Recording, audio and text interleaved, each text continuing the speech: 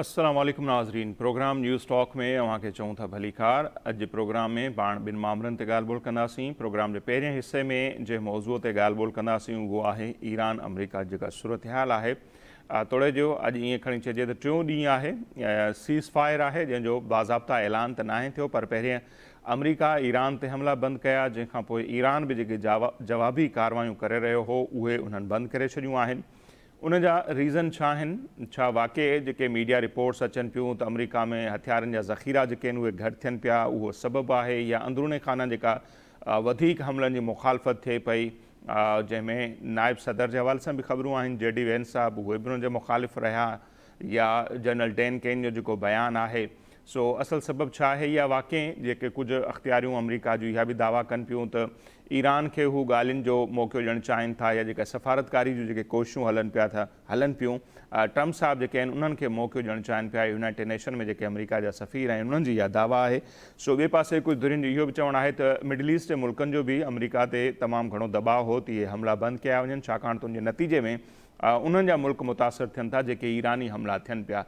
असल सबबु छा आहे? अॼु प्रोग्राम में पाण उन ते ॻाल्हाईंदासीं, ऐं इहा सीज़ फायर केसि ताईं रहणी आहे, इन विच में ॻाल्हियुनि जो ॿियो को मरहलो वग़ैरह शुरू थींदो या न, उन ते ॻाल्हाईंदासीं। प्रोग्राम जे ॿिए हिसे में पाण ॻाल्हि ॿोल कंदासीं आज़ाद कश्मीर जी जेका सूरत हाल आहे, ऐं उते पहिरें मरहले में जेका चूंड थी गुज़िरियल ॾींहुं 13 टकनि जा नतीजा आया आहिनि, जंहिंमें नवाज़ लीग असांखे सोभारी नज़र अचे पई। 9 सीटूं उन्हनि हासिलु कयूं आहिनि, पीपल्स पार्टी खे जेके आहिनि से उहे 4 सीटूं मिलियूं आहिनि हींअर ताईं।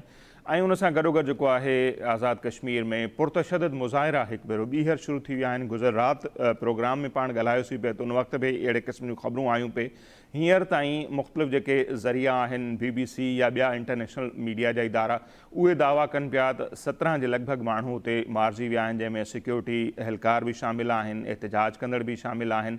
ॿिए पासे अञा ताईं जेका हुकूमती धुर आहे या उतां जा जेके ज़िम्मेवार आहिनि उहे एतिरनि माण्हुनि जे मारिजण जी तस्दीक न पिया कनि। बहरहाल उते एहतिजाज जो सिलसिलो हलंदड़ आहे, माण्हू मुज़फ़राबाद ॾांहुं मार्च करणु चाहिनि था।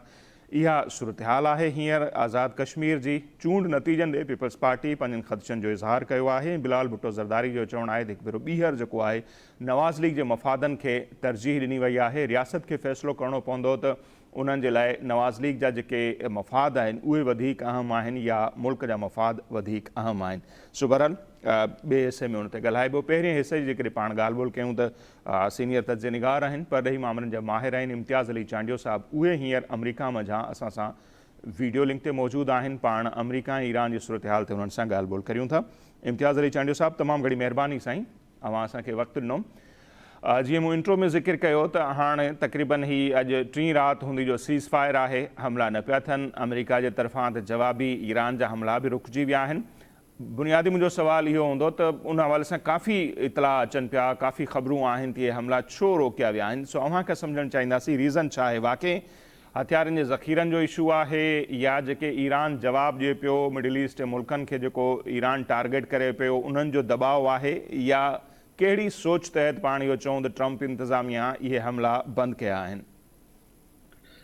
ॿ टे ॻाल्हियूं थी सघनि थियूं। पहिरीं ॻाल्हि त जेको प्रेशर आहे मिडल ईस्टर्न में हिकु जेके मुल्क आहिनि उन्हनि जो, उहो बि तमामु घणो आहे। छो जो तव्हां ॾिठो त तमामु जेका रिटेलिएशन हुई उहा तमामु घणी हिन चकर बि, ऐं कैजुअलिटीज़ थियूं। जॉर्डन में बि US बेसिस ते हमला थिया, सऊदी में बि तव्हां ॾिसो पिया ही कॉन्फ्लिक्ट एस्केलेट थींदो पियो वञे। जेके हौतीज़ आहिनि उहे बाबल मंदल जेको ॿियो एंट्री पॉइंट आहे इंटरनेशनल, जेको जिथे ऑयल वञे पियो ऐं गैस वञे पियो, ख़ासि तौर ते सऊदी अरब जो, त उन खे पोइ बंदि कनि पिया, उन जी ॻाल्हि कनि पिया।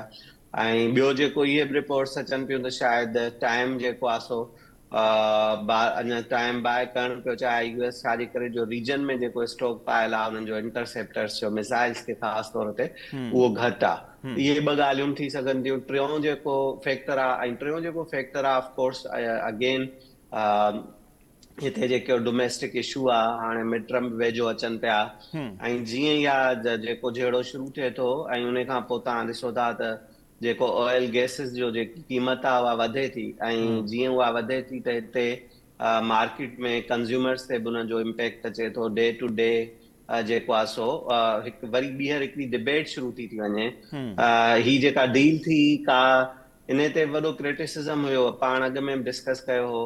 त ही जेके रूट कोज़ आहे प्रॉब्लम जा अञा ताईं उन डील उन खे डिस्कस न कयो 17 सही जून ते जेको मामिलो थियो ऐं मां जेकॾहिं उनखे असां उन ते थोरो डिस्कस कयूं त 60 ॾींहंनि जो टाइम हो जंहिंमें जेके आउटस्टैंडिंग इशूज़ आहे ख़ासि तौर ते जेको न्यूक्लियर इशू हो उनखे उनजे फ्रेमवर्क खे तय करणो हो ऐं उन जे दौरान ॿिन्ही मुल्कनि खे ख़ासि तौर ते US ऐं ईरान खे कंप्लीट सीज़ फायर रखिणो हो जंहिंमें इहा ॻाल्हि शामिल हुई त जेका स्ट्रीट ऑफ हॉर्मुज़ आहे उन ते उहा प्री जेका वार जी जेका पोज़ीशन आहे उन ते हली हूंदी पर उन में थियो ईअं त जेका साउथर्न साइड आहे स्ट्रीट ऑफ हॉर्मुज़ जी जेका ॾाढी नेरो आहे ओमान वारे पासे ॾांहुं जेको इंटरनेशनल जेके जहाज़ हुया बुनियादी तौर ते जेका ट्रैफिक ई मेरी टाइम उहा उतां वञण जी कोशिश करे रही जंहिं ते ईरान एतिराज़ वारियो ऐं उन्हनि चयो त जेका प्री वार कंडीशन आहे जिथां वञनि पियूं शिप्स उतां वेंदियूं ऐं असांजी परमिशन सां वेंदियूं ऐं उन खां पोइ उन्हनि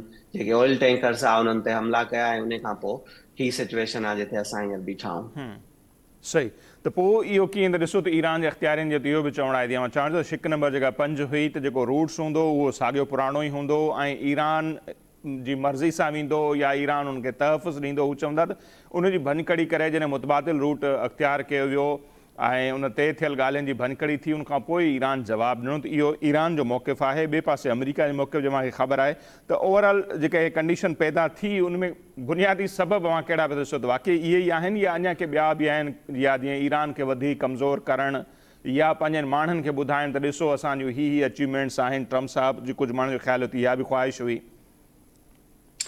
जेको ट्रस्ट डेफिसिट आहे न उहो तमामु घणो आहे ऐं उन में उन जी वजह इहा आहे त जेके रूट कोज़ आहे उहा मौजूदु आहे इन प्रॉब्लम जे अंदरि इन में मौजूदु आहे छाजे करे तव्हां ॾिसो हिकिड़े पासे त जेको लुबनान जो मसइलो आहे उहो उते इज़राइली फोर्सिस अञा मौजूदु आहिनि जेको 1/5 यानी टेरिटरी आहे लुबनान जी 20% तक़रीबन उते हो अञा अची चुका आहिनि ऐं उतां उन्हनि जे वापसि निकिरण जो हींअर को प्लान कोन्हे ऐं उन खां पोइ जेको अॻ में हिकिड़ी रूट कोज़ त जितां जहिड़ो शुरू थियो रिजीम चेंज हो त उहा रिजीम अञा लॻे पियो जेको पोइ रिजीम हुई जेका जी लीडरशिप हुई जेका उहा अञा मॉडरेट हुई उहे नेगोशिएट बि करणु चाहिनि पिया ऐं हू कंप्रोमाइज़ करणु चाहिनि पिया न्यूक्लियर इशू ते ही करंट जेको रोल आहे लॻे ईअं पियो ईरान में त जेका IRGC आहे जेको उन्हनि जो जेका फोर्स आहे उहा गवर्नमेंट जे मथां उन जे डिसीजन जे मथां घणो इन्फ्लुएंस करे पई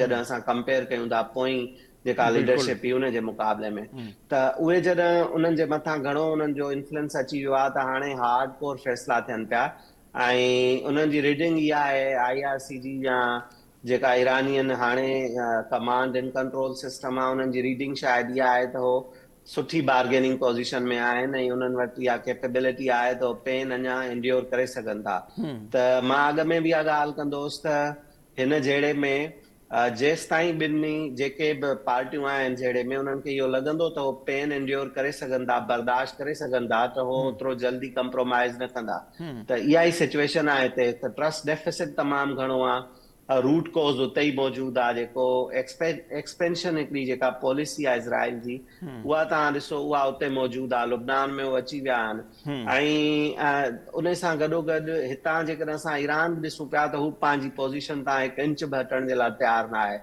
ऐं स्ट्रीट ऑफ हॉर्मुज़ ते हो टैक्स लॻाइण चाहिनि पिया ओमान हिकिड़ो प्रपोज़ल ॾिनो त जेको वॉलंटियरली असां हिकु फी रखूं ऐं हिकु नॉमिनल फी रखूं जेका जेको बि तव्हां ट्रैफिक वञे उहा पे करे जंहिं ते ॻाल्हियूं हली रहियूं ऐं उन जे विच ते इहो फ्लेयर अप थी वियो ऐं जेको आहे सो ईरान जेको आहे उन जेके टैंकर्स आहे जेके ओमान वारे पासे ॾांहुं आबी बंदरगाह जेका गुज़रगाह उॾां ते विया त उन्हनि ते उन हमलो कयो त हाणे ही केतिरी वॉलेटाइल सिचुएशन थी वई आहे जो हिन में ही जेको सीज़ फायर आहे ऐं इन खां पोइ बि जेकॾहिं असां ॾिसूं त वरी ॿीहर मीडिएटर जेको आहे कोशिशि कनि पिया त हिन सीज़ फायर MOU खे जेको आहे सो इंटेक्ट कयो वञे पर मां सम्झां थो त ट्रस्ट डेफिसिट एतिरो घणो आहे जो को ड्यूरेबल सॉल्यूशन हिते पुॼनि या हिकु ड्यूरेबल पीस ते पुॼणु ॾुखियो थो लॻे बहरहाल को न को रस्तो त आख़िर निकिरणो ई पवंदो ऐं उन लाइ ॻाल्हियूं ई करणियूं पवंदियूं जीअं मां ओमान जी ॻाल्हि कई त अहिड़ी ख़बर अॼु बि आई आहे त उन्हनि इहा तजवीज़ ॾिनी आहे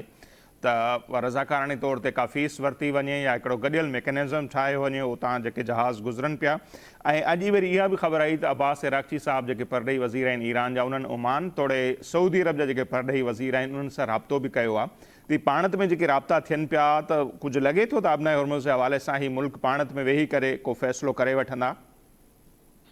मुंहिंजे ख़्याल में त हिकु टर्न त इहो ई खपे हिननि खे। ऐं अॻु में बि जेको पर हिते मीडिएटर्स जो बि रोल तमामु अहम आहे। ऐं अॻु में असां ॾिठो त जॾहिं ईरान ऐं सऊदी अरब जा जेके रिलेशनशिप बिल्डिंग थी उन में मीडिएशन चाइना कराई त चाइना ते ॿई दुनियूं थोरो ट्रस्ट कनि पिया।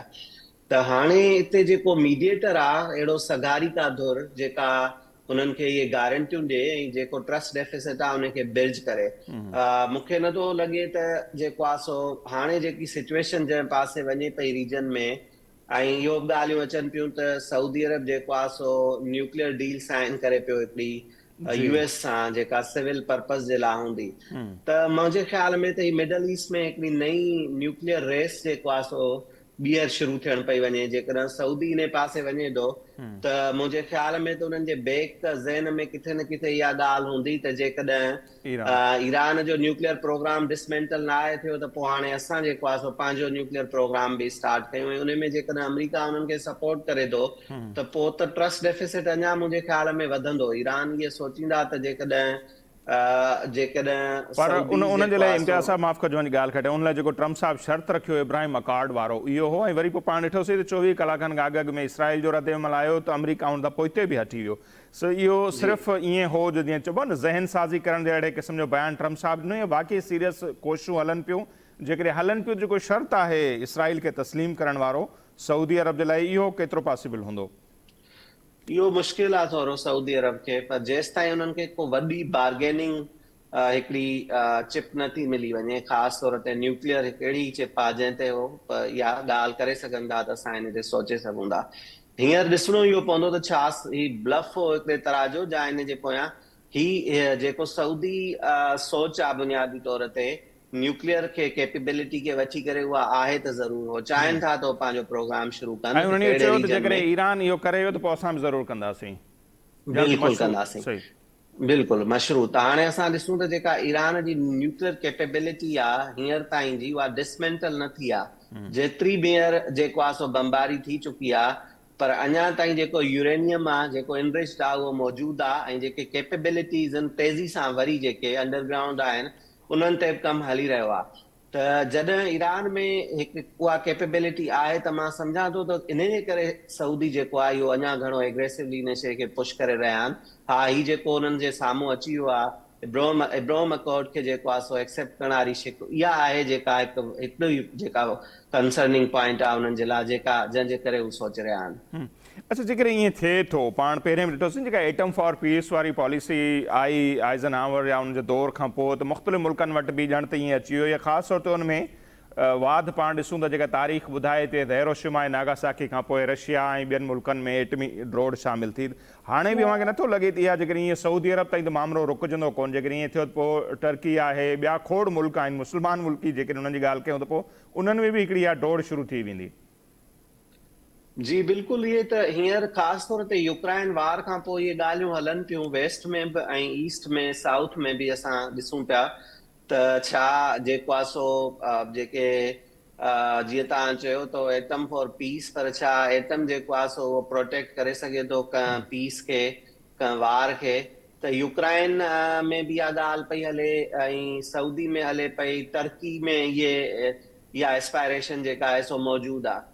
त मां सम्झां थो त जेकॾहिं इन पासे वई दुनिया ऐं सऊदी बि इन रेस में जे अची वञे थो त पोइ मुंहिंजे ख़्याल में मिडल ईस्ट में हिकिड़ी ऐं ख़ासि तौर ते मिडल ईस्ट ऐं यूरोप में बि हिकिड़ी सोच अची वेंदी, हिकिड़ी नई दौर जेको आहे सो उहा शुरू थी सघे थी। सही, ऐं उहो त मौक़ियो बि ॼण त ॾिठो वञे त अमेरिका जहिड़ा मुल्क पाण था ॾियनि न। त उत्तर कोरिया जो वॾो मिसाल आहे त जॾहिं उन इहा अचीवमेंट हासिल करे वरिती आहे त हाणे हू बार बार चैलेंज करे थो, केरु उन ॾिसे कोन थो। त मतिलबु हिकिड़ो माहौल था ठाहिनि त भई तव्हांजे बका जी ज़ामिन इहा ई शइ आहे, एटम बम तव्हां वटि आहे, केरु मुल्क तव्हां ते अगराई न करे सघंदो। त हिकिड़े माहौल त पाण चई सघूं था इन्हनि मुल्कनि उहो प्रोवाइड कयो आहे दुनिया खे। हा, इहा बि हिकिड़ी जेको आहे सो एटम जे हवाले सां हिकिड़ी मिथ आहे। ऐं जेकर असां ॾिसूं त जेको न्यूक्लियर डिटरेंस हुई उहा पाकिस्तान ऐं इंडिया ॿिन्ही मुल्कनि वटि तव्हां ॾिसो त 1998 में ॿिन्ही कैपेबिलिटी वरिती, ॿिन्ही वेपन्स हुया, पर उन खां पोइ बि टे लार्जर कॉन्फ्लिक्ट इन्हनि ॿिन्ही जी मुल्कनि में थी चुका आहिनि। न कारगिल में 99 में थियो, 2001-2 में हिकु बाउंड्री ते वरी हिकु बॉर्डर ते अची चुका, ॿई फोर्सिस वॾे पैमाने ते। ऐं हींअर तव्हां उन खां पोइ वरी ॾिसो त 2019 में बालाकोट बिल्कुलु ऐं हाणे पलवामा खां पोइ बि त 3 खां 4 एक्टिव कॉन्फ्लिक्ट थी चुका आहिनि, जंहिंमें मिसाइल्स जो इस्तेमालु कयो वियो आहे, टेरिटरी में जंगी वञी हिक ॿिए जहाज़ जा जहाज़ किराइण जी कोशिश कई वई आहे। जंग हिकु जेका लिमिटेड वार आहे उहा थी चुकी आहे। त इहो इन ते वरी सवालिया निशान अचे थो त छा न्यूक्लियर वाकई एतिरी डिटरेंस ॾिए थो पाकिस्तान ऐं इंडिया जे केस में, त असांखे इहा डिटरेंस फेल थींदी नज़र अचे थी, छो जो कन्वेंशनल वेपन्स एतिरा एडवांस थी विया आहिनि ऐं ॿई मुल्क लिमिटेड वार में वञी चुका आहिनि। त इहो ॾिसणो पवंदो त छा इहा जेका सोच आहे, छाजे करे जो न्यूक्लियर डिटरेंस बि ओस ताईं क्रेडिबल रहे थी जेसि ताईं कन्वेंशनली तव्हां सही जेका सो तव्हांजी जेका डिटरेंस आहे उहा स्ट्रेंथन आहे या उहा मज़बूत आहे। बिल्कुलु बिल्कुलु ईअं चवण साहब। अच्छा, पाण वरी जेकॾहिं अचूं ईरान ऐं अमेरिका जी सूरत हाल ते, त नेतन्याहू साहब बि अमेरिका जे दौरे ते आहिनि। हिन जंग में ट्रम्प साहब खे कंहिं आंदो, हाणे त आलम आश्कारा अमरीकी अख़्तियारियूं, इवन JD वेंस या ॿिया, इहे बार बार ॼण त चवंदा रहंदी आहे जंग अमरीका जी आहे ई कोन। हाणे नेतन्याहू साहब जे दौरे खे कीअं था ॾिसो, त वधीक इन जंग में शिदत बि अची सघे थी, या इन दौरे जो मक़सदु छा था ॾिसो? जेका उन्हनि मीडिया टॉक कई हुई अचण खां अॻु, उन्हनि चयो त फोकस ईरान ई हूंदो, त इन दौरे खे कीअं था ॾिसो अव्हां? ही क्रूशल दौरो आहे ऐं ॾाढी तनक़ीद थिए पई इज़राइल ते। अॻ में बि इन जेको तव्हां पाण वाइस प्रेसिडेंट जो बि बयानु ॾिठो त यार जेको ही डीरेल करणु चाहिनि था जी, डील खे, पैसा लॻाइनि था। ऐं हिते जी हा कैंपेन हलाई पई वञे हिन डील जे ख़िलाफ़, ऐं हुन ॾाढो सख़्तु अल्फाज़ इस्तेमालु कया जेके कैबिनेट मिनिस्टर आहे इज़राइल जा, उन्हनि जे करे त तव्हां जेको आहे ईअं न कयो, ऐं असां ही तव्हांजा सपोर्टर आहियूं हिन दुनिया में बाक़ी बचा, त तव्हां असांखे जेको आहे सो डिमेंड न कयो। पर हाणे वरी जेको ऑफकोर्स जेको इज़राइल जो ऑब्जेक्टिव आहे उहो त वॾो ही क्लियर ऑब्जेक्टिव आहे त रिजीम चेंज थिए ऐं ईरान जी जेका करंट गवर्नमेंट आहे उहा कंहिं सूरत में क़बूल न आहे। ऐं जेकॾहिं उहो नथो थी सघे त पोइ डिसमेंटल कई वञे जेका न्यूक्लियर कैपेबिलिटी आहे ईरान जी, उहा बिल्कुलु ज़ीरो ते आंदी वञे। इनरिच जेको यूरेनियम आहे उहो बि ख़तमु कयो वञे, ऐं जेके प्लांट आहिनि जिथे कमु थिए पियो उन्हनि खे डिसमेंटल कयो वञे। थर्डली, जेका बैलिस्टिक मिसाइल कैपेबिलिटी आहे, जेके लॉन्चर्स आहिनि ईरान जा, उहे बि डिसमेंटल कया वञनि। इहा त हिकिड़ो क्लियर जेको आहे सो ऑब्जेक्टिव आहे जेको आहे सो इज़राइल जे साइड जो। हाणे उहो करण जी कैपेसिटी इज़राइल कोन थो रखे। जीअं असां अॻ में बि डिस्कस कंदा रहिया आहियूं त जेके सही इहो जेको न्यूक्लियर प्रोग्राम या जिथे इहे इंस्टॉलेशंस आहिनि, इहे तमामु डीप आहिनि ईरान में वञी करे। इज़राइल जी इंटेलिजेंस घणी आहे, हू एसेसिनेशन कनि था कॾहिं न्यूक्लियर साइंटिस्ट खे, ऐं डिफरेंट तरीक़ा इस्तेमालु कनि था, सॉफ्टवेयर जे ज़रिए जेको आहे सो कोशिश कनि था, इंटेलिजेंस जे ज़रिए, पर जेका हार्ड ग्राउंड फोर्स खपे उनखे डिसमेंटल करण लाइ, उहा उन्हनि वटि कैपेसिटी न आहे। उन्हनि जे लाइ उन्हनि खे US खपे। हाणे जेकॾहिं हू US खे एतिरो डीप आहिनि, पहिरियां बि उन्हनि कोशिश कई आइण जी, पर हींअर ताईं असां ॾिसूं पिया 4 महीना थी विया आहिनि, कामयाब न आहे, छो जो हुननि जूं रीजनल इम्प्लीकेशंस ॾाढियूं अचनि थियूं। त हाणे छा कन्विंस कंदा वरी ॿीहर US खे त तव्हां एतिरे इन लेंथ ताईं वञो, ऐं जा वाइस वर्सा थी सघे थो, ऐं US बि कन्विंस करे इज़राइल खे त जेको आहे सो जेकॾहिं ईरान जेको आहे सो न्यूक्लियर कैपेबिलिटीज़ सां इन रिटर्न एग्रीमेंट में असांखे हुजे थो, ऐं उन खां पोइ जेको आहे सो उन्हनि जी जेका सिग्निफिकेंट मिसाइल जेका आहे उहा बि डिक्रीज़ थी चुकी आहे, त हाणे असां स्टेटस को वारी सिचुएशन ते हलिया वञूं फॉर टाइम बीइंग। सही हिन वक़्त जे लाइ मां सम्झां थो, मां अॻ में तव्हांखे चई चुको आहे त लार्जर जेको पीस आहे उहो वॾो क्वेश्चनेबल आहे हिन रीजन में।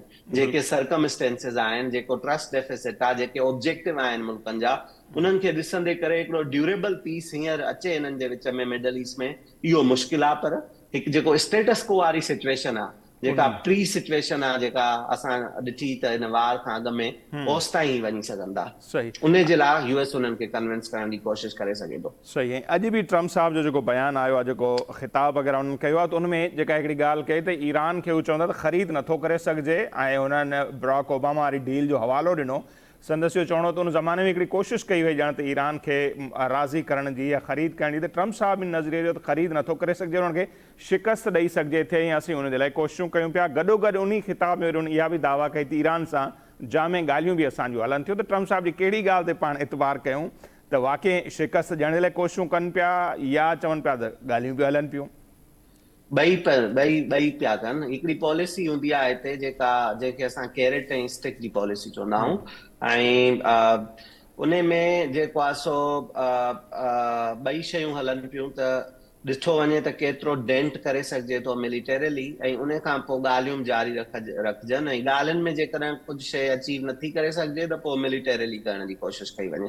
हाणे सवाल इहो आहे त इहो त हिकिड़ी जेको आहे सो यूएस जो ऑब्जेक्टिव आहे, छा ईरान वटि एतिरी कैपेबिलिटी आहे ऐं एतिरा छा हू उनखे इन लेवल ताईं वञी करे सघिजे थो मोल्ड?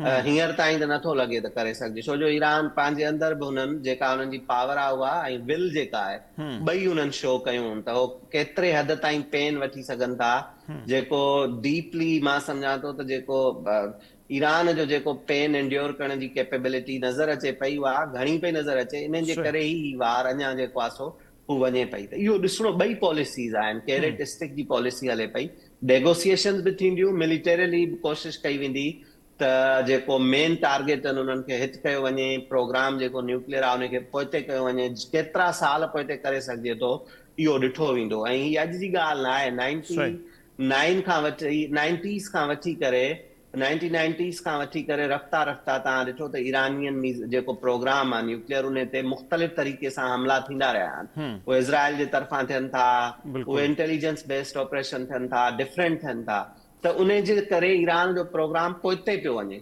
हाणे उहो केतिरो पोइते वञी सघिजे थो इहो ॾिसणो पवंदो, छो जो जेको 60% इनरिच्ड यूरेनियम मौजूदु आहे ऐं उनखे जेकॾहिं ट्रांसफर कयो वञे थो ऐं उहा कैपेबिलिटी अची वञे थी ईरान में, त पोइ त ही सालनि जो मसइलो आहे, यानी कि 1 या 2 सालनि जो जेको एंड गेम नज़र अचे पई। हा, जेकॾहिं कैपेबिलिटीज़ ते हमला थियनि था ऐं उहो डिसमेंटल थी थो वञे इंफ्रास्ट्रक्चर, पोइ कमु पोइते हलियो वेंदो, पोइ अञा ई पोइते हलियो वेंदो। त अगेन इहा ॻाल्हि आहे त केरु केतिरो पेन एंड्योर करे सघे थो। सही था चओ। ठीकु इम्तियाज़ साहब, तमामु घणी महिरबानी, अवां असांखे वक़्तु ॾिनो। नाज़रीन, इम्तियाज़ अली चांडियो साहब जो मौक़िफ़ अवां जे साम्हूं आहे। कोशिशूं थियनि पियूं ईरान खे एटमी प्रोग्राम खां पोइते करण जूं, ऐं उन में ॻाल्हियूं बि आहिनि त गॾोगॾु ताक़त जो इस्तेमालु बि आहे। हींअर ताईं जेको ताक़त जो इस्तेमालु थियो आहे, ईरान न रुॻो उनखे बर्दाश्त कयो आहे, पर ज़बरदस्त अंदाज़ सां हुन जवाब बि ॾिनो आहे। अॻिते छा थो थिए ऐं नेतन्याहू जे दौरे खां पोइ अमरीकी इख़्तियारियूं कहिड़ी पॉलिसी इख़्तियार कनि थियूं, ईंदड़ ॾींहंनि में पाण उन ते बि ॻाल्हाईंदासीं। पर हिते वक़्तु पे मुख़्तसिर ब्रेक जो असीं ब्रेक वठंदासीं, वापसि ईंदासीं। आज़ाद कश्मीर में जेका सूरत हाल आहे, इलेक्शन जा नतीजा ऐं उन सां गॾोगॾु जेको एहतजाज थिए पियो ऐं उनजे नतीजे में जेको खून ख़राबो थिए पियो, ईंदड़ उनजो मंज़रनामो छा थी सघे थो, उन जे लाइ कहिड़ियूं कोशिशूं वरितियूं पियूं वञनि, उन ते पाण ॻाल्हि ॿोल कंदासीं मुख़्तसिर ब्रेक खां पोइ।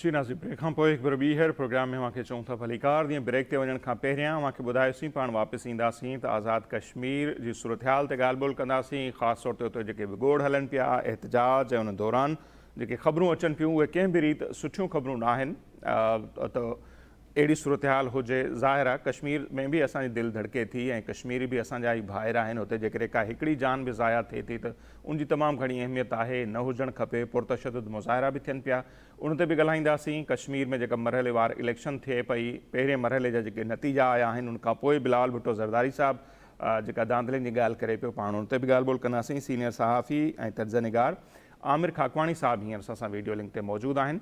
आमिर खाकवाणी साहब, बहुत शुक्रिया सर, आपने हमारे लिए वक्त निकाला। हम इलेक्शन नताइज पर तो बाद में आएंगे, पहले आ जाते हैं ये जो एहतजाज का सिलसिला शुरू हुआ है, हम देख रहे हैं अब तक, आज मैं पढ़ रहा था BBC की जो रिपोर्ट थी कि 40 से ज़ायद जाने जो हैं वो ज़ाया हो चुकी हैं, जो इंतहाई अफसोसनाक है। और कल से जो सूरत हाल बनी है, आज़ाद ज़राए जो कुछ बता रहे हैं, तकरीबन कोई 15, कोई 17 या 14 लोगों की बात हो रही है कि उनमें सिक्योरिटी एहलकार भी हैं कि वो जानों से हाथ धो बैठे हैं, शहीद हो चुके हैं।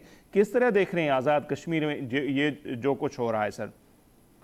ज़ाहिर है जी, बहुत ही अफसोसनाक है। आज़ाद कश्मीर तो बहुत पुरअमन इलाका था, बिल्कुल पीसफुल था, कोई ऐसा मसला था ही नहीं। अब ये जो कुछ भी हुआ है, असल में ना एक तो ये मसला है कि काफी मुतजाद इतलात भी आ रही हैं, और वो चूंकि वहां जाने में भी काफी सारे इश्यूज हैं, रसाई उस तरह खबरों तक हो नहीं रही, फिर फेक खबरें भी चल रही हैं, इवन फेक वीडियोज और तस्वीरें भी चल रही है। लेकिन बहरहाल इसमें तो कोई शक नहीं कि गोली चली है, कैजुअल्टीज भी हुई हैं, फिगर कम ज्यादा हो सकते हैं मौके, लेकिन जो भी हुआ है ये बहुत ही खौफनाक है। मुझे तो याद नहीं है कि वहां पे मुझे लंबे अरसे में कभी हमने सुना ही नहीं कभी वहां पे इस तरह का कभी एजिटेशन हुआ हो या उस पे इस तरह का फायरिंग की, गोलियों की नौबत आई हो। तो ये जो कुछ भी हो रहा है बहुत सोचनाक, परेशान कुन है। इससे हमारे पाकिस्तान के दुश्मनों के अलावा कौन खुश हो सकता है। और जो भी अब आपको जिसको मर्जी कहें कसूरवार, हमारा दोनों तरफ से ज्यादती हुई है, मामला बिगड़ा है, बिगड़ना नहीं चाहिए था, इसको संभाल लेना चाहिए था। कश्मीर जो है कलदम एक्शन कमेटी है, वो भी कुछ ज्यादा ही बेलचक और सख्त मौके पर उनका,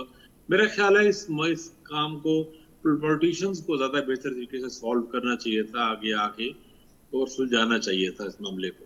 और बहरहाल बैड लक है, ये ब्लंडर है और बहुत ही अफसोसनाक है, नहीं होना चाहिए, दोनों तो कहीं पे भी नहीं होना चाहिए। पॉलिटिकल पार्टीज के किरदार की खगोनी साहब ने बात की। हमने देखा कि वो इलेक्शन में तो बड़े मसरूफ रहे, लेकिन जिस तरह की कोशिश उनको करनी चाहिए थी बातचीत के हवाले से, वायलेंस खत्म कराने या एहतजाज खत्म कराने के हवाले से, वो नजर नहीं आई। और जो लास्ट भी बातचीत हुई उसमें भी हमने देखा कि कोई नतीजा नहीं निकल सका। तो पॉलिटिकल क़यादत का कितना किरदार देखते हैं सूरत हाल को कंट्रोल करने में, या उन्होंने जो किरदार अदा किया उसको आप कैसे देखते देखिए हैं? गोपांग से जब इस तरह का वाकया होता है तो ये बड़ा फेलियर ही होता है ना। तो मतलब ये है कि हुकूमत फेल हुई है बेसिकली। जब भी एजिटेशन इतना शदीद हो जाए, गोलियां चलाने की नौबत आ जाए, ऐसा हो जाए, तो अल्टीमेटली चीजें खराब हुई है ना, बहुत ज्यादा सही। बिगड़ी है। और आप देखें ना, इसको सिर्फ चंद माह पहले तक कोई इशू था ही नहीं। और मुझे वैसे अभी भी ये समझ नहीं, अच्छा कुछ तो वैसे मतलब अब ये लोगों को मुमकिन अच्छा ना लगे, लेकिन बहरहाल तो क्या एक्शन कमेटी के लोग भी, सही। मतलब हमारे जो बजिम्मेदार जो दोस्त हैं, कुछ जो जर्नलिस्ट भी और वैसे भी मुख्तलिफ पार्टियों के लोग, उनका कहना है कि इसमें ऐसे लोग शामिल हुए हैं, मुतालबात अवामी थे, अवामी सपोर्ट, इसमें कोई शक नहीं कि उसको अवामी सपोर्ट हासिल रही है एक्शन कमेटी को। लेकिन उनमें कुछ लोग ऐसे शामिल हुए हैं जिनका मकसद लगता है बदअमनी था या मामला हल नहीं करना था, लचक लेनी चाहिए थी। मतलब आप देखें, अब वो 12 सीटें जो वहाँ पे कश्मीरी महाजरीन की पाकिस्तान के बाकी इलाकों में जो पंजाब में कराची और सीटें हैं, वो अचानक कैसे खत्म कर दी जाए। सही। मतलब वो, और ये तो बात पॉलिटिकल हुकूमत की, फेडरल हुकूमत की ठीक थी कि भाई इलेक्शन हो रहा है, इलेक्शन के बाद ही पार्लियामेंट को, कश्मीर पार्लियामेंट को फैसला करने देना। तो लेकिन ज़ाहिर है इलेक्शन कमेटी को पता था कि इलेक्शन तो हम लड़ नहीं रहे, या लड़ेंगे तो हमें पता नहीं उस तरह वोट मिले ना, सपोर्ट ना मिले या जो भी हो, तो वो इसी पे नहीं थे कि ये पहले खत्म हो। वो इस तरह कैसे आप डंडे के जोर पे और अंगूठा गले पे रख के नहीं बात बनवा सकते। लेकिन बहरहाल जिस तरीके से हैंडल किया जा रहा है वो भी कोई तरीका नहीं है, और वो उससे बहुत, और फिर ऊपर से आप खबरों को जब रोक देते हैं तो उससे और अफवाहें बढ़ती है ना, उससे और ज्यादा गलतफहमियां पैदा होती हैं, लोग बढ़ाते जाते हैं। जिस तरह आप जब आपने हवाला दिया बीबीसी की रिपोर्ट का के, मतलब नेवर नो के उतने फिगर्स है, भाई गलत है ये ठीक है, तो इस तरह लोग अपनी वीडियोस भी चला रहे हैं, कोई वीडियोस में ज्यादा से ज्यादा तस्वीरें चल रही हैं, और वो बाद लोग कह रहे हैं फेक है, ये जाली है, ये इतने ज्यादा नहीं है जितने ज्यादा बता रहे हैं। तो बहरहाल ये सारा कुछ जो भी हो रहा है एक बहुत अफसोसनाक है। एक तरफ देखिए इलेक्शन चल रहा है, मीरपुर में इलेक्शन हुआ अगले मरले में 2 अगस्त को, मुजफ्फराबाद डिवीजन में होना है, और फिर जो 12 सीटें हैं कश्मीरी माजरीन की उन पे भी होना है। और फिर तीसरे मरले पे रावलाकोट में, जो रावलाकोट तक जाएगा, क्योंकि रावलाकोट सही। इसका एक तरह एपिक मरकज। सेंटर है, जिस तरह जल्जिले का एपिक सेंटर होता है ना, मरकज। रावलाकोट में ही सबसे ज्यादा मसाइल रहे हैं, धरना बहुत लंबा रहा है वहां पे, अभी भी शायद चल रहा है, या कैजुअल्टी भी सबसे ज्यादा रावलाकोट में शायद बताई जा रही है। तो गोपाल साहब बहुत ही अफसोसनाक है, और मैं तो समझता हूँ, मुझे तो इससे बारे कोई शक नहीं कि उसमें इंडियन इन्वॉल्वमेंट होगी, मतलब ना हुई तो उस पर हैरत की बात है। हम इस पे हमें हैरान होना चाहिए कि अगर इंडियन इस मौके का फायदा ना उठाए तो। लेकिन मौका किसने दिया? मौका हम लोगों ने दिया ना। इस यही है। मामले को पहले आपको सॉल्व कर लेना चाहिए था, और इसमें पॉलिटिकल लीडरशिप की बहरहाल नाअहली है, उनको आगे आके लीड करना चाहिए था। बिल्कुल। प्रेसिडेंट साहब को मुदाखलत करनी चाहिए थी, वो सुप्रीम कमांडर भी है जरदारी साहब, इनिशिएटिव लेना, कहीं से कुछ तो लेना, लोग उनकी हुकूमत भी वहां पे रहा, तब कश्मीर में प्राइम मिनिस्टर भी इस पार्टी का था, तो वो लोगों को इनको इस मामले को टेक ओवर करना चाहिए था और सॉल्व करना चाहिए था। तो बहरहाल वो वो हम कह सकते हैं कि जो क़यादत का किरदार नजर आना चाहिए था वो तकरार को खत्म करवाने के लिए नजर नहीं आया, लेकिन वोट मांगने के लिए वहां पर सब पहुंचे, तकरीरें भी की, लेकिन लोगों को ठंडा करने के लिए जो किरदार करना चाहिए था अदा, या अब तक भी सूरत हाल हम देखें कि वो तो कह रहे हैं कि मुजफ्फराबाद की तरफ जाएंगे, अभी 2 मरहले मजीद रहते हैं, तकरीबन 5 दिन के बाद 2 अगस्त को तक दूसरा मरहला शुरू होगा, तो कैसे सूरत हाल होगी, फिर तीसरा मरहला यहीं पे होना है जहां पर ये सब कुछ हो रहा है, तो वो मरहले आपको कैसे लगता है इलेक्शन के सर कैसे हो पाएंगे ऐसे माहौल में? देखिए, जिस तरह ये मरला हुआ तो इलेक्शन तो लगता है हो ही जाएगा। तो मेरा नहीं ख्याल कि इसमें ये होगा मुमकिन टर्न, लेकिन खानगोनी साहब टर्न आउट जो रहा, हम देखते हैं कि जो पहले इससे इलेक्शन हुआ था 61% तक था, जो अभी 25 से 27% है, और इसमें भी हमने देखा कि ये जो कालादम एक्शन कमेटी है इन्होंने अपील की थी कि वोटिंग अमल में हिस्सा ना लिया जाए, और उसके असरात हमें नजर भी आए, वहां पर 75% या 77 नथिंग देखा जाएगा इलेक्शन में टर्न आउट। देखिए, एक तो ये बात ठीक है, जाहिर है उसका भी फर्क पड़ा होगा। 2 फैक्टर हैं, एक तो पीटीआई ने भी बाइकाट किया हो ना इलेक्शन में, तहरीक इंसाफ का भी, तो तहरीक इंसाफ को भी क्रेडिट या डिस्क्रेडिट जो भी है, जो तहरीक इंसाफ का वोटर है वो भी जाहिर नहीं निकलेगा ना, वो कोई तहरीक इंसाफ के वोटर तो आपको बड़े क्लियर है ना, जो उनके हामी है वो भी उस पार्टी को या नून लीग को वोट डालने तो बिल्कुल नहीं जाएंगे ना, कोई सवाल ही पैदा नहीं होता ना। अगर कोई इंडिपेंडेंट लोग खड़े होते उनके बराह रास्त नाम पीटीआई का ना होता, इंडिपेंडेंट होते शायद उनको वोट डाल देते, तो पीटीआई का वोटर भी नहीं निकला होगा, और एक्शन कमेटी की हड़ताल का भी या बाइकाट की अपील भी होगी, दायरी बात। लेकिन तीसरा फैक्टर ये भी होता है, जब इस तरह की कैजुअलिटीज और वाकयात हो रहे हों तो थोड़ा सा खौफ भी होता है ना, थोड़ा सा, और जहाँ पे जरा कोई डर होता है या लोग भी बहुत से लोग नहीं निकलते, खासतौर पर ख्वातीन का टर्न आउट कम हो जाता है, मतलब ये फैक्टर आता है कहीं पे जहाँ पे टेंशन ज्यादा हो वहां पे तो और कम हो जाता है। लेकिन ठीक है, पाकिस्तान में लो टर्न आउट वाले भी इलेक्शन होते रहते हैं, इलेक्शन बहरहाल कंप्लीट हो जाना चाहिए ताकि कोई एक लोकल हुकूमत तो बने ना वहां पे आके, जो चीजों को जरा संभालने की, टेक ओवर करने की कोशिश करे, इस मसले को सॉल्व करने की कोशिश करनी चाहिए। जो हो गया है वो गलत हुआ है, बुरा हुआ है, लेकिन अब कहीं पे इसे रोक देना चाहिए, और ये दोनों तरफ करना चाहिए। हुकूमत पे ज्यादा जिम्मेदारी ज़ाहिर आयद होती है, लेकिन एक्शन कमेटी भी अभी उनके लोगों को भी कहीं तो संभालना चाहिए ना।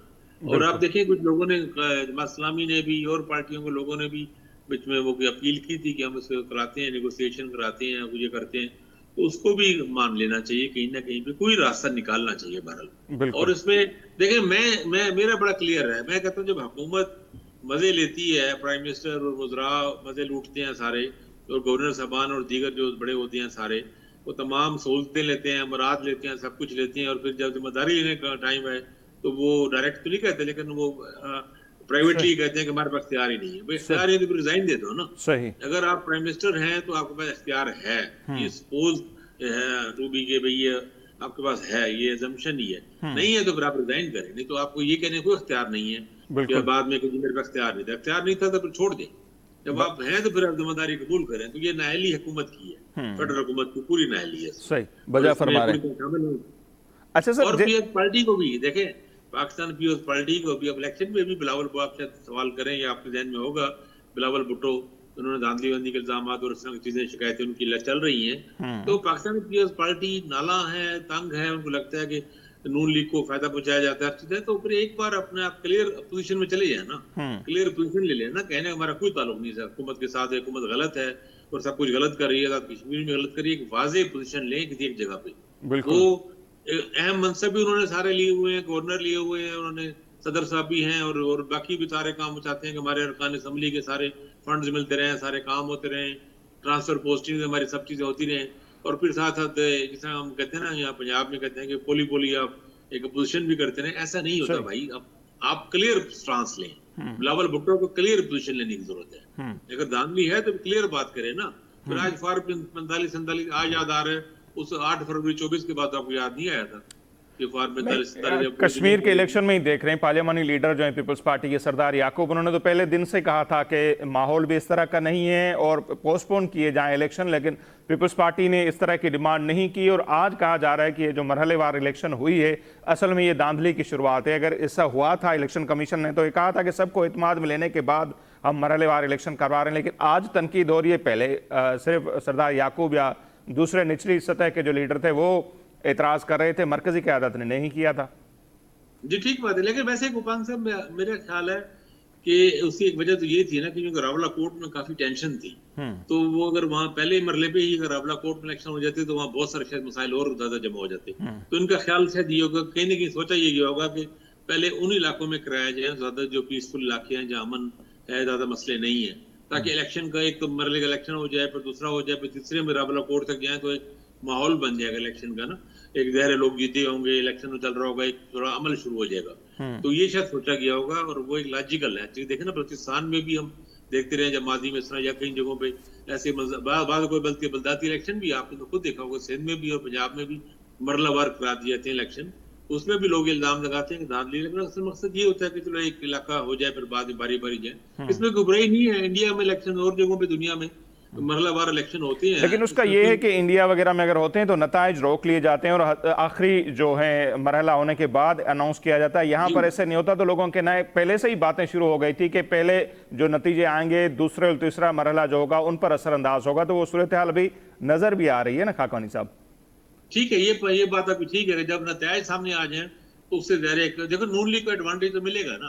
अब उन्होंने 13 में से 9 सीटें जीती हैं, 4 पीएस पार्टी के पास है, और अगला मरला जो मुजफ्फराबाद का है, मुजफ्फराबाद डिवीजन में भी उनकी पॉकेट में, फिर जो 12 सीटें जो पाकिस्तान के दूसरे इलाकों में जो कश्मीर महाजरीन की हैं उनमें भी ज़ाहिर पंजाब की सीटों में इनको एज मिलेगा। 12 सीटें और 9 पंजाब से ताल्लुक रखती हैं और डीसी साहब करवाएंगे तो सबको पता है कि नताइज क्या आएंगे। जी, वो बिल्कुल ज़ाहिर बात है, उसका फायदा होगा उनको। और अभी भी वो एक वैसे तो आज़ाद कश्मीर में हमने देखा, आपने भी देखा होगा, हिस्टोरिकली जो वफाक में हुकूमत हो उसकी हुकूमत बनती है, सपोर्ट उसकी जाती है, बल्कि हमने तो ये भी देखा है कि अच्छी बुरी हुकूमत कश्मीर में चल रही होती है, इधर इस्लामाबाद में हुकूमत बदलती है तो पता लगता है वहां पे भी कोई जोड़ तोड़ हो गया है, कोई लोगों का ज़मीर जाग उठता है और पता नहीं क्या हो जाता है, पता लगता है हुकूमत बदल गई है। और उसमें ये जो कालादम एक्शन कमेटी वाले उनका यही कहना है कि ये जो 12 निशस्तें हैं ये बड़ा किरदार अदा करती हैं। तो आपको लगता है कि वाकई इस तरह है हुकूमत बनाने में, हुकूमत खत्म करने में? हो सकता होगा थोड़ा सा, मतलब ये फैक्टर हो सकता है, लेकिन बहरहाल वो कश्मीरी मुहाजिरीन हैं, उनकी सीटें हैं, आप ऐसे तो नहीं खत्म कर सकते ना एकतरफा तौर पे। देखिए एक सियासी अमल है ना, आप एक सियासी अमल को, असेंबली है और असेंबली में दूसरी पार्टीज हैं जो वोट लेती हैं, उन सबको भी मिला के चलना चाहिए ना। ये तो नहीं ना कि कुछ लोग खड़े हों और कहें कि नहीं जनाब ये मुतालबा हमारा और हर हाल में मुतालबा माना जाए। ये भी एक डंडे की जोड़ती है कि जमहूरी तरीका तो नहीं है ना, कोई मतलब एक बात तो नहीं चाहिए। देखे ना, या तो एक्शन कमेटी इलेक्शन लड़के जीते, इलेक्शन वो लड़ते नहीं है, इलेक्शन कभी उन्होंने पहले लड़ा नहीं, नया ग्रुप है ये, तो वो इस तरह करके, और उनकी कुछ मुतालबात हैं जिनको पब्लिक सपोर्ट मिली। देखिए कुछ चीजें तो वैसे भी मतलब टू मच है। आप देखें ना 3 रुपए यूनिट बिजली तो कहाँ पे है पाकिस्तान में? खाकमैन साहब इस पे भी आपकी राय चाहेंगे। कुछ लोगों का यही कहना है कि यहाँ पर ही पाकिस्तान की जो हुकूमत है उनसे बड़ी गलती ये हुई थी जब उनके 25 से मुतालबा तस्लीम हुए थे तो उसका क्रेडिट हमारी हुकूमत ने नहीं लिया था, और वहाँ पर जो ये ज्वाइंट एक्शन कमेटी थी उन्होंने क्रेडिट लिया, लोगों के दिलों में जगह बनाई कि देखो हमने ये कर दिया है। तो क्रेडिट जो हमारी हुकूमत को लेना चाहिए था, जो इतनी सब्सिडी देती है, आटे पर हो गई, बिजली पर हो गई और बहुत सारे मामला हैं, वो क्रेडिट हमने नहीं लिया, उसको केश करवाया अवामी एक्शन कमेटी ने। इस राय को आप कैसे देखते हैं? बिल्कुल ठीक बात है, ये बात बिल्कुल ठीक है। पहली बात तो ये है कि इतनी ज्यादा एक अनप्रोपोर्शनलेट किस्म की बननी नहीं चाहिए। देखो सिर्फ मंगला डैम नहीं ना, फिर तरबिला डैम वालों की उनको कौन सी रियायती मिल रही है या उनको कौन सी रियायत मिली है? सिर्फ मंगला तो नहीं है ना डैम, जितना मंगला पैदा करता है बिजली तरबेला भी कम तो पैदा नहीं करता ना। तरबेला वो केपी वाले लोग शिकायत करते हैं कि हमारे अभी तक मसले खत्म नहीं हुए, हमें कोई सब्सिडी क्यों नहीं है। फिर आप इतनी बड़ी आपने कर ली, फिर आपके पास सही है कि आपको पोलिटिकल ओनरशिप लेनी चाहिए थी ना उसको, और इतनी बड़ी सब्सिडी जब स्टेट दे रही है तो उसको मनवाना चाहिए चीजों को। मेरा ख्याल है पाकिस्तान में इससे काफी सारी चीजें, मैं जो बात करने लगा बहुत अनपॉपुलर बात है, लेकिन मेरा ख्याल है एक तो हमें कम से कम जीबी में उनके वज़ीर-ए-आला ने भी मुतालबा किया कि पूरी तौर पे सही हमें पाकिस्तान का एक सूबा पाकिस्तान का दे और हमें शेयर मिले, एनएफसी में शेयर और चीजें हो, तो ये आजाद कश्मीर के मसले को भी हमें उस तरफ ही लेके जाना पड़ेगा। आज नहीं तो कल इस मामले को अब वो खत्म कर लेना चाहिए, यानी ठीक कर लेना। इंडिया में तो हो चुका है, उस पर फिर हम तनकीद कर रहे हैं तो ठीक है, यहाँ पे भी फिर आज नहीं तो कल हो ही जाएगा। पूरी तौर पे करना है तो कर लें, लोगों के मतलब क्लियर हो चीजें ना, चीजों को ये इस तरह की ब्लैकमेलिंग ही खत्म होनी चाहिए। ये मुझे तो वैसे माजरत के साथ कालादम एक्शन कमेटी की बातें ब्लैकमेलिंग ज्यादा लगी है मुझे। और तो मतलब ठीक है, पब्लिक सपोर्ट देखें, पब्लिक सपोर्ट क्या होती है, मतलब मिसाल के तौर पे अब कराची में, सिंध में अगर कोई पार्टी मुतालबा करेगी जनाब यहाँ 3 रुपए यूनिट हो, बिजली हो, हर बंदा सपोर्ट करेगा उसे। कहें कि आटा जो पूरे पाकिस्तान से 5 गुना कम सस्ता आटा मिले और बाकी चीजें टैक्स कोई ना हो और बिजली 24 घंटे मिले रहे, कोई लोड शेडिंग ना और चीजें हो, तो हर बंदा सपोर्ट करेगा उसको। ऐसे मतलब हर किसको चाहिए मुफ्त की हर चीज, हर एक को पसंद है। 3 रुपए जहाँ 35 रुपए 40 रुपए यूनिट बिजली भर रहे हैं, अगर 3 रुपए का मुतालबा करेंगे तो कराची में सबको 10 वोट पड़ेगा, शहर में सबको मिलेगा। तो ये तो पब्लिक सपोर्ट की बात नहीं है, बात ये है कि जो मुतालबा है वो जायज है या नहीं है, माकूल है या नहीं है। आप पाकिस्तान का हिस्सा है ना, आजाद कश्मीर पाकिस्तान का ही हिस्सा है ना, तो वो जब पूरे पाकिस्तान में जो कुछ हो रहा है वहां पे भी वही होना चाहिए ना। आपको मतलब इतना एक्स्ट्रा आखिर क्यों दिया जाए, वाई, कोई रीजन भी दो ना। सही। तो खाकमनी साहब, अगले जो 2 मरहले इलेक्शन से ही कनेक्ट करें, 2 अगस्त उसके बाद 10 अगस्त, कैसे देख रहे हैं? अगर ये वाली सूरत हाल रही तो फिर खुदा न खास्ता क्या मंजरनामा आपको नजर आ रहा है, या इस बीच में आपको लगता है कि पॉलिटिकल क़यादत भी आगे आएगी और जो हमारे सिक्योरिटी के इदारे हैं वो भी आगे आएंगे और सूरत हाल कुछ बेहतर हो जाएगी? देखें, अभी तक तो मामला बहुत सख्ती से निपटने वाला ही हुआ है। रावलाकोट में जो हुआ और आज मीरपुर की जो खबरें आ रही हैं कि वहां पे भी हुआ। अब ये है कि या फिर इस सख्ती के नतीजे में दब जाए चीजें। 2 चीजें होती है ना, या तो सख्ती जब आप करते हैं, क्रश करते हैं, तो उसमें चीजें दब जाती हैं। अगले इसमें 3-4 दिन हैं तो उसमें या तो चीजें दब जाएंगी या फिर रिएक्शन बहुत शदीद होगा और शदीद होगा। शदीद रिएक्शन हुआ तो मे भी इलेक्शन थोड़ा पोस्टपोन हो जाए 2 अगस्त की जगह पे और 5-7 दिन आगे, लेकिन मुझे लग रहा है कि इलेक्शन हो जाएगा, तो दूसरे मरहले वाला हो जाएगा, तीसरे मरहले तक चीजें मैनेज होती हैं। अब देखिए, यही यहाँ पे तदब्बर का इम्तिहान है, पॉलिटिशियनों का भी इम्तिहान। लेकिन आप देखें, जब इस तरह की गोली चल जाती है फिर वो चीजों को आसान नहीं होता, निगोशिएट करना भी ना आसान नहीं होता, बहुत मुश्किल हो जाती है चीजों को। ये इंडिया में इसलिए हो गया, दिल्ली में, कि वहां पे मतलब सिर्फ टार्चर तक, लाठी चार्ज वाला तक मामला रहा था। लेकिन उसमें भी देखिए उनको काफी कंपनसेशन उनको देनी पड़ रही है। इवन जिन लोग जो मतलब हुकूमत को बहरहाल अना का मसला नहीं बनाना चाहिए, ये मैं समझता हूँ। कहीं पे किसी को भी अना का मसला नहीं बनाना चाहिए और पोलिटिकल हल ही निकालना चाहिए। अल्टीमेटली आपको पोलिटिकल हल निकालना पड़ता है, तो जो हो गया सो हो गया। अभी भी अगर हल निकाल लें तो बहुत अच्छा है, इलाके को और खत्ते को पीसफुल रहना चाहिए, तो बहुत जरूरी है। लेकिन अब हम तो बात ही कर सकते हैं ना, सिर्फ क्या करें, हमारे अख्तियार में तो कुछ चीजें है ही नहीं। सही। और सर, आखिर में 5 अगस्त को हम देख रहे हैं खान साहब के हवाले से तहरीक इंसाफ वाले भी जो हैं वो जलसा वगैरह कर रहे हैं, फिर कह रहे हैं कि उस जलसे में हम आने वाली हिकमत अमली का भी ऐलान करेंगे, क्योंकि 3 साल मुकम्मल होने के हैं, कैद में है, और इसके बाद हम देखते हैं कि लंबे अरसे से मुलाकात भी नहीं हुई। तो तहरीक इंसाफ वाले फैक्टर को किस तरह देखते हैं? देखिए, मेरा तो ख्याल है तहरीक इंसाफ को जलसा करने देना चाहिए। सियासी सरगर्मी वो तो केपी में होगा।